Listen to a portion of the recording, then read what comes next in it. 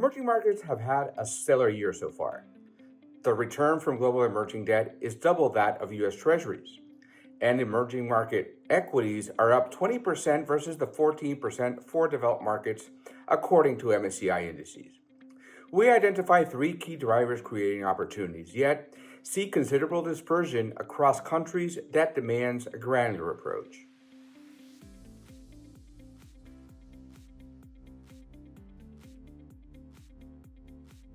First, many emerging market currencies are up against a dollar that has fallen around 10% this year against major currencies.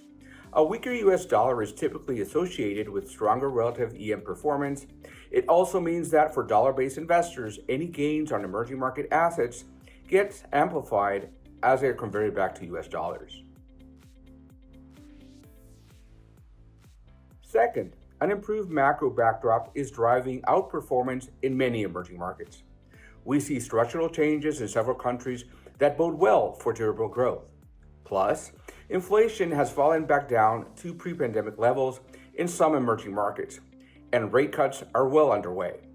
Impending rate cuts from the Federal Reserve will likely spur more countries to do likewise, since following the Fed reduces the risk of local currency depreciation.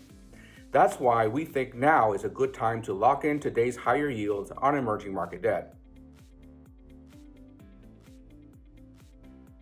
Each country has a unique combination of megaforces that drive returns in different places.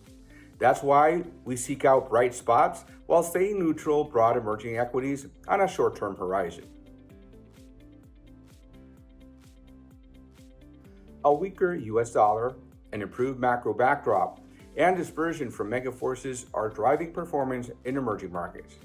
We seek bright spots in equities and prefer local currency over hard currency or emerging market debt.